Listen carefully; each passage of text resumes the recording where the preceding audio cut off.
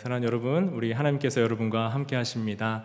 우리 여러분들의 삶에 하나님께서 동행하시고 소망의 날을 허락하실 것입니다. 믿으시죠? 네, 우리 주님께서 그렇게 해 주시기를 간절히 바랍니다. 여러분, 폴란드에서 만든 영화가 하나 있어요. 1989년도에 나온 데칼로그라는 영화인데요. 감독은 이제 크지스토프 키에슬로프스키라는 사람인데요. 이 사람이 성경의 이제 10계명을 주제로 해서 오늘날 우리 삶에 맞게 각색한 연작 영화예요. 10부작 드라마라기도 하죠. 1989년도 TV 미니 시리즈로 나왔는데요. 그 종교 생활 위주가 아니라 우리의 일상 생활을 중심으로 해서 이 뒤틀린 인간의 삶의 모습을 담담하면서도 무게 있게 담아냈다라는 호평을 받았고, 이 감독은 이제 대작을 만들어내고 이제 유명한 감독의 반열에 올라갔습니다. 1편에는 이제 과학자 아버지와 아들의 이야기가 나와요. 그래서 엄마는 등장하지 않고요. 아버지는 과학자인데 컴퓨터 언어를 가르치는 교수예요. 과학자.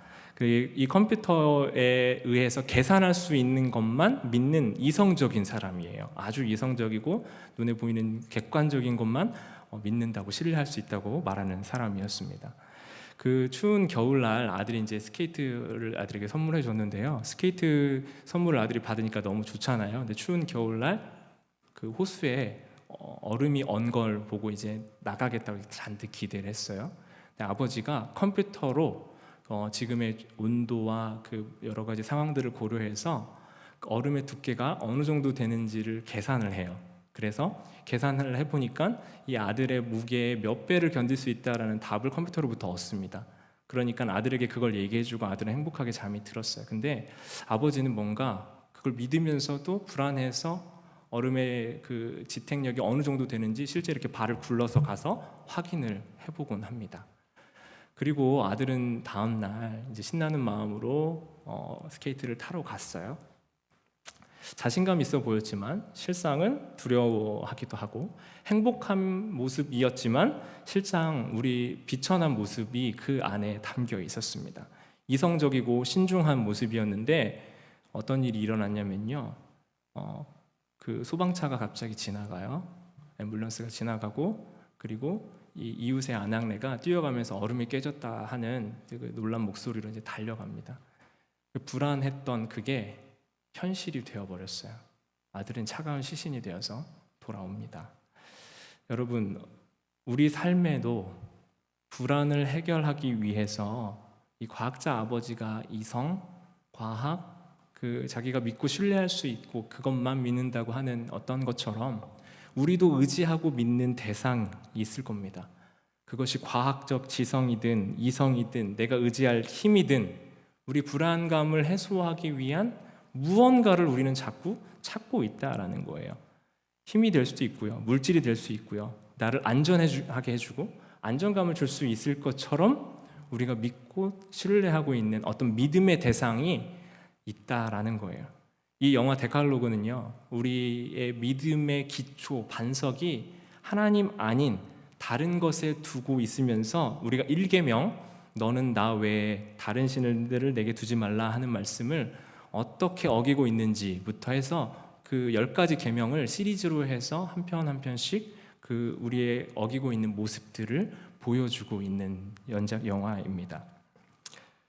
여러분, 10계명이라고 했을 때요, 이 계명이라는 단어 하면 여러분 어떻게 느껴지세요? 여러분에게는 어떤, 이 계명이란 말이 어떤 느낌으로 다가오세요? 사실 계명이라고 하면 좀 차갑고 종교적인 명령 같고 어떤 의미에서는 윤리적으로 좀 지켜야 될 것 같은 의미로 다가오지 않으세요? 윤리에 가깝게 느껴지잖아요. 그러니까 윤리는 어떤 거예요? 윤리는 지킨다고 해서 보상이 오는 건 아니에요. 당연히 지켜야 되는 거고 요구와 의무만 있어요. 그래서 그거에 대한 보상은 없는 것이 윤리입니다.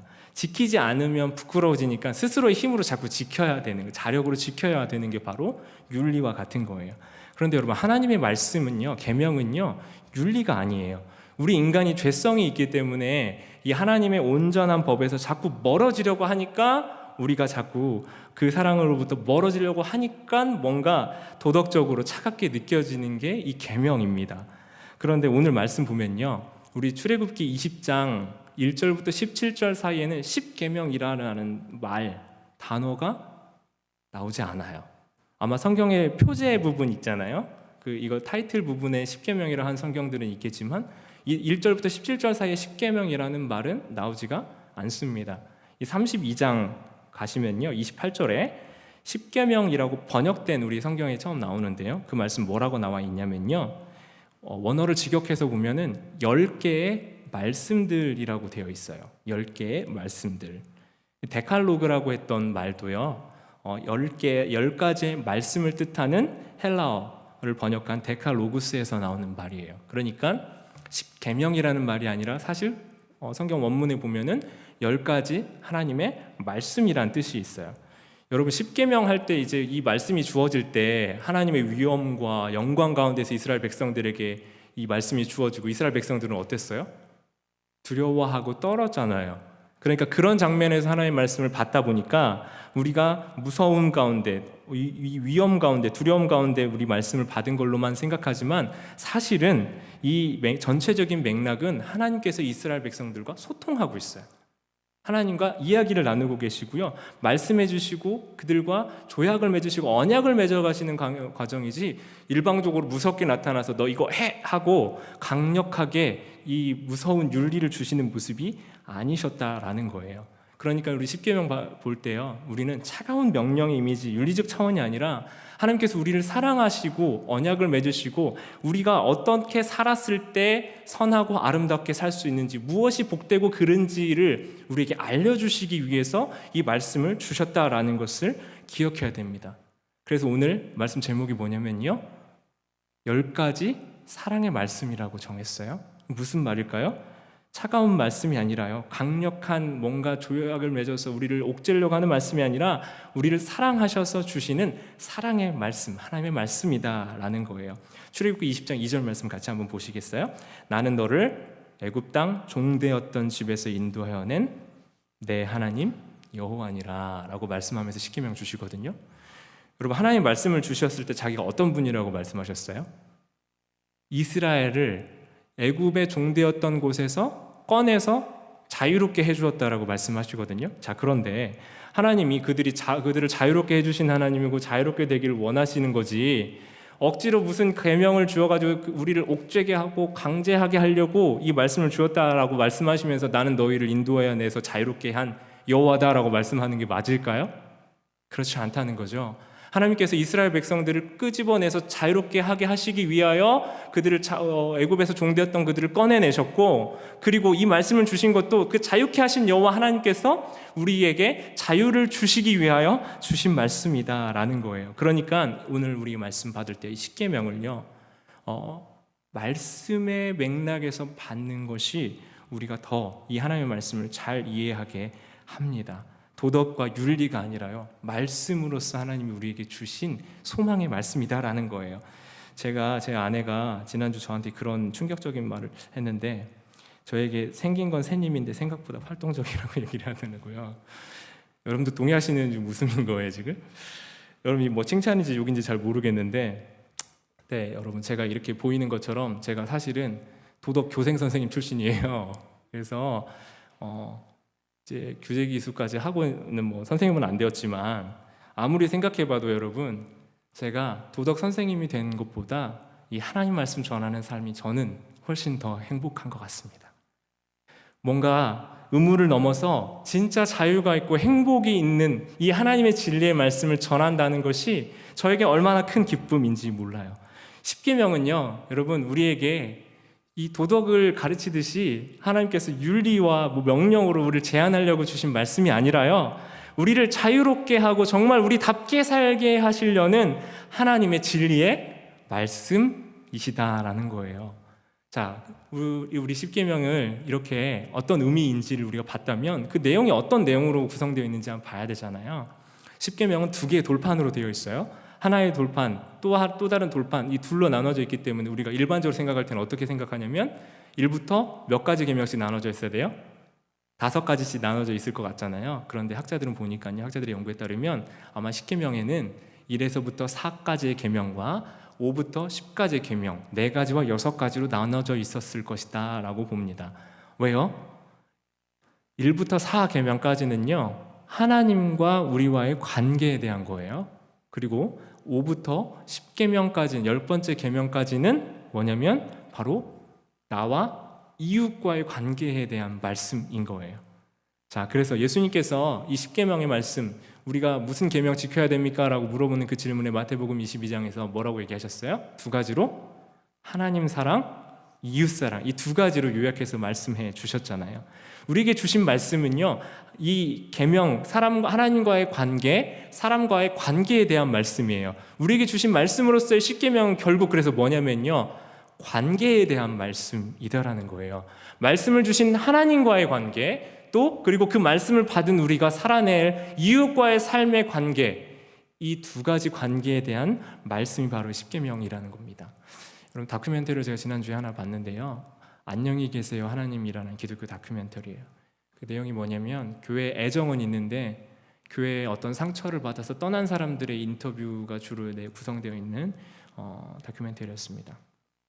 그 페이스북에 어떤 페이지 운영하는 분이 그 안에서 잠깐 나오셨는데, 페이스북 운영하는 운영자 그분이 1300개 정도의 사연을 그분이 받았는데, 그 중에 대다수는 왜 떠났는지에 대해서 얘기를 살펴보면 사람과의 관계에 의해서 떠났다라고 하더라고요. 기독교를 그중에 이제 인터뷰하는 분이 사랑의 종교라고 하는데 사랑을 찾을 수 없었다. 그리고 그 사랑의 종교에서 또 기대했던 사랑이 아니라 더 큰 상처를 맛보았을 때 그들은 교회를 떠날 수밖에 없었다라고 얘기합니다. 제 마음이 너무 먹먹해지면서 안타까운 마음들이 밀려왔습니다. 제사장 나라, 하나님의 백성 되어서 복의 쓰임, 복의 통로로 쓰임받을, 복의 근원으로 부름 받았었는데 우리가 서로 주고받은 상처 때문에 교회를 떠날 수밖에 없었다라는 거예요. 여러분, 교회 공동체를 떠나게 되고 많은 사람들이 교회에 많은 어려운 마음들을 갖게 되는 이유가 무엇일까요? 여러분, 이유가 뭐냐면요, 우리의 목적이 하나님 사랑과 이웃 사랑이 아니기 때문에 그런 것 같아요. 우리가 사랑의 관계로 초대받았다라는 것을 잃어버리고 하나님 사랑과 이웃 사랑이 아닌 목적이 교회의 공동체의 목적이 돼버리고 나면 교회는 상처를 주고받을 수밖에 없는 공동체, 그리고 교회는 세상과 다르지 않는 공동체가 돼버리는 거예요. 하나님 사랑과 이웃 사랑이 아닌 그 어떤 것도 우리 신신의 대하는 장로교회의 목적이 될 수 없음을 고백합니다. 하나님 사랑과 이웃 사랑만이 우리 교회 공동체가 존재하는 이유가 되길 원합니다. 여러분, 그 어떤 것도 우리의 목적이 되면 안 되는 거예요. 그러니까 어떤 것도 우리를 이끌어가고 우리를 잡아당기는 힘이 되어서는 안 되는 거예요. 그래서 상처를 주고받는 게 당연한 게 아니라, 하나님, 물론 우리 관계 안에서는 크고 작은 상처들이 있을 수 있잖아요. 그런데 그 목적이 어떤 일이 되고 사역이 되고 우리 교회를 통해서 이익 얻게 되는 이득이 된다면 우리는 우리가 가야 되는 하나님 사랑과 이웃 사랑의 본질에서 멀어진 상처의 공동체가 될 수밖에 없게 된다는 거예요. 출애굽기 19장 5절 6절 지난주 말씀 나눴잖아요. 우리 한번 다시 보시겠습니까? 세계가 다 내게 속하였느니 너희가 내 말을 잘 듣고 내 언약을 지키면 너희는 모든 민족 중에서 내 소유가 되겠고 너희가 내게 대하여 어떤 나라요? 제사장 나라가 되고 거룩한 백성이 되리라. 너는 이 말을 이스라엘 자손에게 전할지니라. 여러분, 모든 민족 중에 내 소유가 되고요, 제사장 나라, 거룩한 백성, 언약 관계 안에 들어가는 게 먼저예요. 그러니까 하나님 사랑과 이웃 사랑 중에서 뭐가 먼저입니까? 하나님 사랑이 먼저인 거예요. 하나님으로부터 그 사랑을 공급받는 것, 하나님과 사랑의 관계 안으로 들어가는 것이 먼저이다라는 거예요. 하나님의 제사장 나라, 거룩한 백성이 되었을 때 거룩한 백성이 되어서 쓰임을 받는 거지, 그들이 거룩한 나라가 되었기 때문에 하나님의 백성이 된 것이 아니다라는 겁니다. 여러분, 하나님과 우리를 하나님께서는 사랑의 관계, 언약의 관계로 먼저 초대해주고 계세요. 그리고 이래서부터 네 번째 계명으로 말씀하시면서 너와 나의 사랑의 관계 안으로 너 들어오렴라고 우리에게 말씀해주고 계신 거예요. 여러분, 그래서 너와 나 사이에는, 하나님과 우리의 사이에는 다른 신이 있으면 안 되는 거예요. 여러분, 사랑을 주고받을 수 있는 건 아니잖아요. 사랑은 나누어 갖는 게 아니잖아요. 우리가 하나님의 거룩한 신부가 되고 언약의 관계에 들어갔는데 다른 사람 사랑해도 되는 건 이상하잖아요.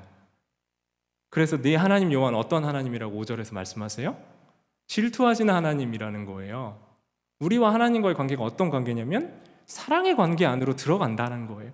하나님께서 우리를 부르신 이유와 목적은 사랑의 관계로 먼저 우리를 부르신다는 거예요. 우리는 근데 하나님 버리지 않았다고 하면서 우리의 마음이 나누어져서 또 다른 것을 사랑하는 것, 그것이 여러분 문제입니다. 하나님을 버리진 않았지만 나는 나를 너무 사랑해. 나는 하나님은 버리지 않았지만 사주나 타로는 볼 수 있잖아. 나는 하나님은 버리지 않았지만 다른 신의 도움도 좀 구할 수 있는 거잖아 라고 말하는 건 마치 나는 내 아내는 버리지 않았지만 다른 사랑할 수도 있는 거 아니야 라고 말하는 것과 같은 거다라는 거예요. 여러분, 어떤 드라마 대사에 제가 보지는 못했는데 유명한 대사가 하나 있더라고요. 불륜한 남자가 이렇게 소리를 치더라고요. 사랑하는 게 죄는 아니잖아.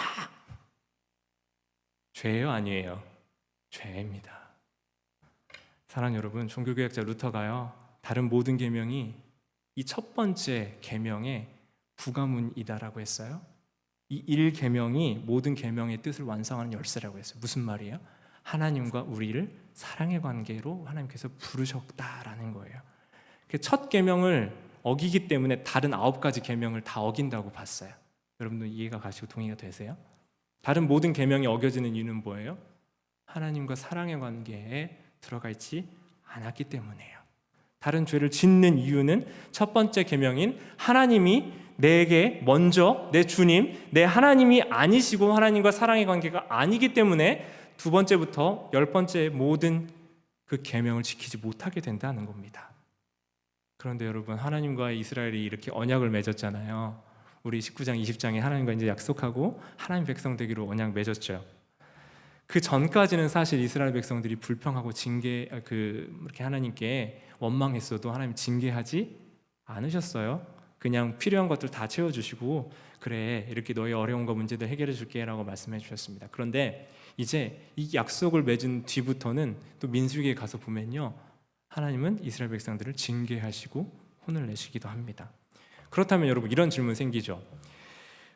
이스라엘이 좀 미련했다. 하나님 그 40년 세월 동안 2년 만에 이 언약을 맺어가지고 나머지 38년은 이 어려움 가운데 살았으니까 들어가기 한 몇 주 전, 1년 전, 2년 전 그때 언약을 맺었으면 38년 동안 자기들 하고 싶은 대로 살았을 거 아니야 라고 생각을 할 수 있으시죠? 여러분 생각은 어떠세요? 이런 질문 또 가능하죠? 최대한 하나님도 늦게 믿고 언약도 최대한 늦게 맺어보고 내 마음대로 내가 편한 대로 내가 살 만큼 멋지게 살아보다가 저기 하늘나라 가기 전에 그때 하나님을 하나님으로 인정하고 고백하고 천국에 가보자. 늦게 믿는, 예수 믿는 사람이 도리어 부럽다. 혹시 그런 생각 해본 적 있으세요? 없으시죠? 그렇다면 만약 그렇다면 우리는 아직 예수님을 제대로 깊게 만나지 못해서 하고 있는 생각일지 모릅니다. 예수님과 함께하는 삶이 사실 행복한 삶이거든요. 그리고 그 행복한 삶과 언약의 관계로 하나님께서 우리를 초청해서 불러주시는 것이 바로 이스라엘 백성들과 맺은 언약이었어요. 나중에 만나겠다라고 생각하는 건요, 아직 종교 생활을 하고 있는 거예요. 관계가 아니라 규율로 믿고 있기 때문에 그래요. 여러분, 의무감은 우리를 진정한 기쁨으로 초대해 주지 못해요. 그래서 레위기 18장 5절 보세요. 함께 하십니다. 너희는 내 규례와 법도를 지키라. 사람이 일을 행하면 그로 말미암아 살리라. 하나님 우리에게 말씀을 주시고 우리와 언약 맺으신 이유는 뭡니까? 말씀을 주어서 이 말씀으로 우리가 살아나기를 원하시는 겁니다. 이 사랑의 관계 안으로 들어오라 하신 것은 우리의 영혼이, 우리의 삶이, 우리 인생이 살아나기를 원하시기 때문에 우리에게 주시는 말씀입니다. 사랑하는 여러분, 하나님께서는 이스라엘에게 율법을 먼저 요구하지 않으시고 하나님은 이스라엘이 잘한 것을 보고 그들을 부르신 것이 아니라 언약을 맺어 먼저 구원해 주시고 그들을 자유케 해 주셨습니다. 그리고 하나님께 진정으로 누리던 그 자유, 은혜의 보좌 안으로 우리를 초청해 주시면서 너희가 내 말에 거하면 참으로 내 제자가 되고 진리를 알지니 진리가 우리를 자유케 하리라는 그 예수님의 말씀을 통해서 우리의 영혼이 자유케 되고 우리를 묶고 있었던 속박과 죄와 어둠의 모든 문제부터 해결받는 은혜로 우리를 초청해 주셨습니다. 그것은 의무가 아니에요. 사랑의 친밀한 관계 안으로의 초대입니다. 사랑의 관계 안으로의 약속 안으로의 초청이에요. 여러분, 미국과 한국이 그 프로포즈 하는 게 좀 다르거든요. 미국은 제가 들어보니까 프로포즈를 하고 허락을 받아야 그 다음에 결혼하는 과정에 들어가죠. 그게 당연하잖아요. 근데 한국에는 그런 일들이 좀 종종 많이 있어요. 결혼 약속을 다 하고 이미 결혼 준비를 하면서 프로포즈를 하는 거예요. 저도 사실은 신혼집까지 다 얻어놓고 신혼집에서 그때서야 프로포즈 해가지고 사실 삶이 어려워질 뻔했어요. 그런 불상사에도 잘 살고 있어서 너무 감사한데요. 여러분, 중요한 건요, 이 프로포즈라는 건요, 어떤 언약 관계로의 초청을 하는 거잖아요. 결혼식도 우리가 이제 언약 관계 안에 들어갔다라는 것을 세레모니 하는 거잖아요. 두 사람이 사랑하고 그 사랑하는 관계 안에서 지켜야 될 규율과 약속과 서로에 대한 배려 가운데서 삶을 아름답게 살아가기 위한 거지, 서로 얽매이고 제한하고 아이 키우고 고생하려고 결혼의 관계 안으로 들어가는 게 아니잖아요. 두 사람의 사랑의 관계 안에서 의미를 깨닫게 되잖아요. 서로를 통해 연약함을 발견하고, 그럼에도 불구하고 가정 안에서 작은 천국을 맛보는 것이 결혼의 목적이잖아요. 하나님은 그렇게 우리를 신부로 불러주시는 거예요. 우리를 신부로 프로포즈 하시고요, 사랑의 계명과 언약 안으로 들어오라고 우리에게 말씀해 주신 겁니다. 여러분, 우리의 기쁨은 소유가 아니라 관계에서 옵니다. 하나님과의 관계, 이웃과의 관계에서 우리의 기쁨이 일어납니다. 여러분, 하나님과의 언약 안으로, 친밀한 관계 안으로 들어오세요. 그 하나님의 사랑의 프로포즈 안에, 사랑의 응답의 말씀에 사랑으로 응답해 주세요. 우리 인생에 우리가 경험하지 못한 복과 기쁨이 넘쳐나는 것을 맛보게 될 것입니다. 그 하나님의 사랑의 초대, 이스라엘 백성들을 향한 그 10가지 사랑의 말씀을 통해서 이스라엘을 부르셨던 하나님께서 사랑하는 여러분들을 부르십니다. 나와 사랑의 언약 관계 안으로 들어오렴. 그 사랑의 깊은 관계 안으로 들어오는 사랑하는 우리 모든 성도님들 되시기를 간절히 소원합니다. 우리 시간 다 무엇과도 주님을 바꾸지 않으려 함께 찬양하면서, 여러분들, 우리는 이스라엘이 늘 배역하고 불평하고 원망한다고 뭐라고 하지만요, 가끔 그런 생각도 들어요. 내가 이스라엘에 했으면 더 했을 수도 있겠다라는 부끄러운 생각이 듭니다. 우리 지금 살아가면서도 하나님 아닌 수많은 것들과 하나님을 바꾸어 버리잖아요. 하나님 대신 이 세상의 어떤 것들을 선택하기 쉽잖아요. 여러분, 이 찬양의 가사를 고백하면서요, 우리가 먼저 제1계명, 하나님 외에 다른 신 우리에게 있지 않고 하나님을 진정으로 사랑하게 되면, 하나님과의 관계가 세워지면 우리는 그때서야 옆으로 수평으로 이웃을 사랑할 수 있는 힘도 하나님께서 공급해 주시는 거예요. 우리의 힘은 한계가 있습니다. 하나님과의 사랑으로 인해서 우리는 이웃도 사랑할 수 있게 되는 것.